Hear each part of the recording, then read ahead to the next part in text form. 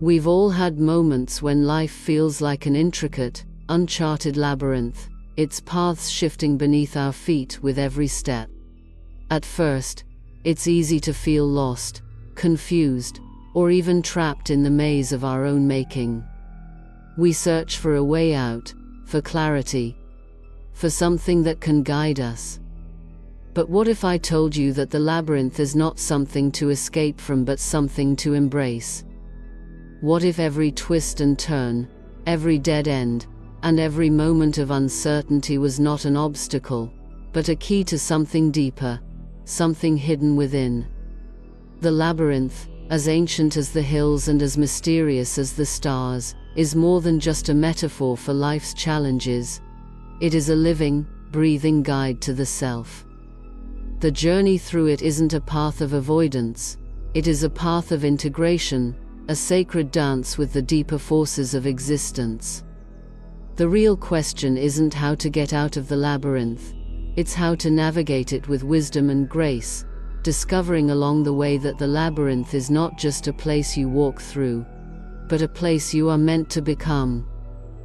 The labyrinth has always held a special place in the spiritual traditions of cultures worldwide. Its symbolism is vast, stretching from ancient Greece to the indigenous wisdom of North America, from the sacred art of labyrinth walking in Europe to the spiritual paths of South America. In these traditions, the labyrinth is not just a physical space, it is a living, energetic process, one that mirrors the twists and turns of the soul's journey. The ancient myth of the labyrinth, with the Minotaur at its center, is a story not of escape but of transformation. It speaks of the hero's journey into the depths of the unconscious, where the greatest fears and darkest desires lie hidden, awaiting integration. As we walk through the labyrinth, we do not just face the external walls, but the walls within us, the beliefs, fears, and limitations that we have constructed to keep us separate from our true selves. When we think of labyrinths, we often picture a maze, winding paths that confound us, create frustration, and lead us in circles. It's easy to get lost in these external representations, to assume that the labyrinth is something outside of us. But in truth, the labyrinth is an ancient symbol that speaks to the inner journey, a metaphor for the process of self-discovery and spiritual awakening. It is a map of the soul. Every path, every curve, every intersection points inward, toward the core of who we are.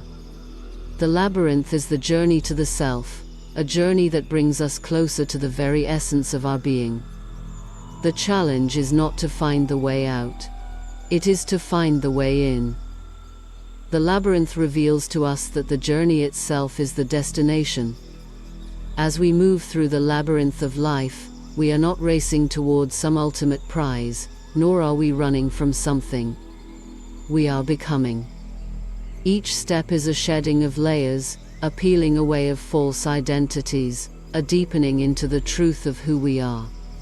Like the path of the labyrinth, this process is not linear. It is cyclical, with moments of clarity and moments of confusion, moments of peace and moments of turmoil. But all of it, every single moment, is part of the unfolding. The labyrinth teaches us that there is no need to rush, there is only the now. And in the now, the journey is the destination. One of the most powerful lessons that the labyrinth offers is the understanding of the paradox of life itself. The more we search for control, the more we seem to lose it. The labyrinth is not a place where we can impose our will, for the more we struggle to control the twists and turns, the more we become disoriented. Instead, the labyrinth invites us to surrender. Surrender to the path. Surrender to the uncertainty. Surrender to the unknown. It is in surrendering that we learn to listen, not just to the external world, but to the still, small voice within. It is this voice that whispers the truth of our being. The labyrinth is not a place of force, it is a place of flow. Like a river, It guides us through the most challenging moments, teaching us to navigate life's obstacles with calm, grace, and trust. This deep surrender, and the process of learning to navigate life's labyrinth, is echoed by many shamanic leaders and thinkers who have walked the path of inner discovery. One such figure is the renowned Peruvian shaman and healer, Don Juan Matus, as depicted in Carlos Castaneda's works. Don Juan speaks of the journey as a series of spirals, much like the labyrinth, where each turn is an opportunity for growth. For Don Juan, life is not about avoiding the difficult paths or trying to control the outcome, but about learning to move through the chaos of the labyrinth with awareness and presence. The warrior's path, as he calls it, is about surrendering to the unknown and trusting that the universe is guiding us toward our growth, even when we cannot see the path clearly. The labyrinth is not something that constrains us. It is the very space where we find the freedom to be who we truly are. Similarly, the teachings of the great Lakota Sioux elder, Black Elk, emphasize the labyrinthine nature of the spiritual path. Black Elk often spoke of the vision quest, a process of seeking guidance in nature that mirrors the labyrinth's twists and turns. For Black Elk, the sacred journey was not a straight line but a spiraling path that led back to the center, where one finds harmony with the Great Spirit.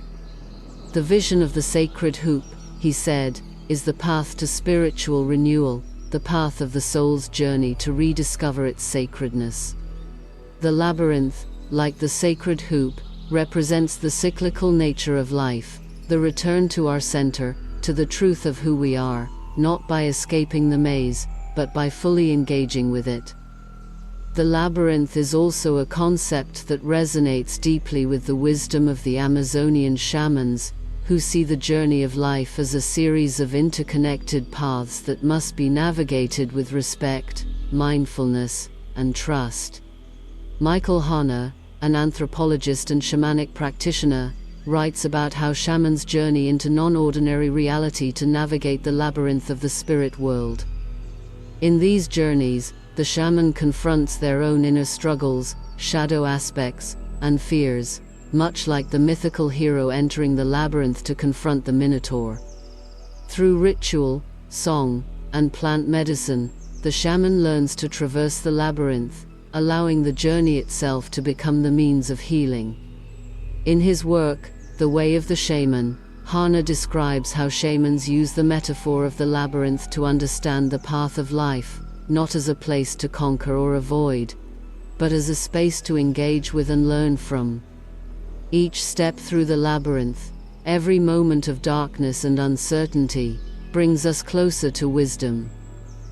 This understanding of the labyrinth also aligns with the teachings of Carlos Castaneda and his mentor, Don Juan, who speak of the journey to self-realization as a process of confronting the unknown. Castaneda's account of his apprenticeship with Don Juan Matus is full of labyrinthine symbolism, from the physical paths he walked to the metaphysical spaces he traversed.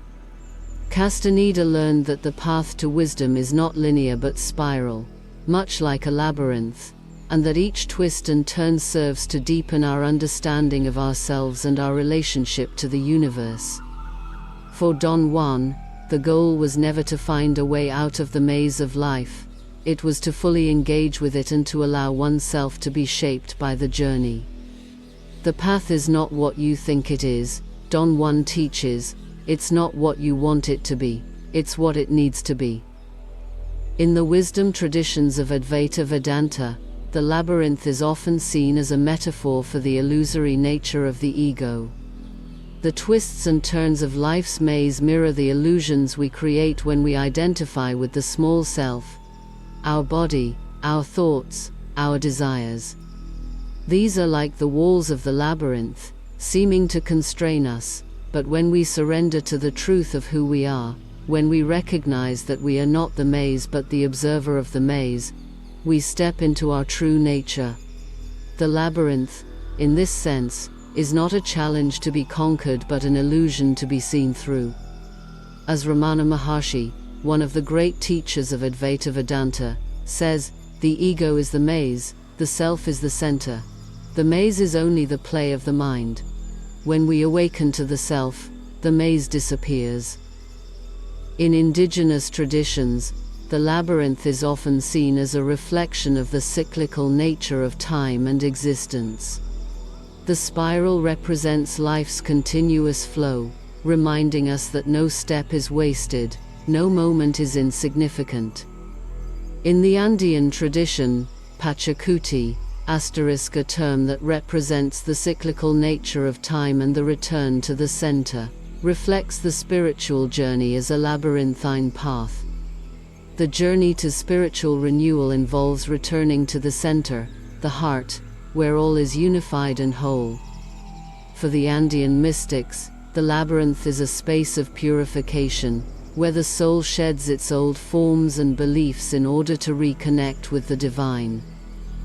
The labyrinth, therefore, is not just a metaphor for the challenges we face, it is a living, spiritual tool that guides us back to the truth of our being. Through surrender, through trust, and through the process of self-inquiry, we navigate this sacred path. Every twist, every turn, every seeming obstacle, is a part of the dance of life, leading us deeper into our own center. Life is not about escaping the labyrinth, but about understanding it, embracing it, and realizing that we are both the maze and the one who walks it. So, as you walk your own labyrinth of life, remember that every twist, every turn, and every dead end is not something to fear. It is a moment of transformation, a step closer to the center. Trust the process, surrender to the path, and know that with each step, you are becoming more fully yourself. The labyrinth is not something you need to escape. It is something you are meant to walk, to explore, and to ultimately understand. For in the labyrinth, as in life, the journey itself is the destination.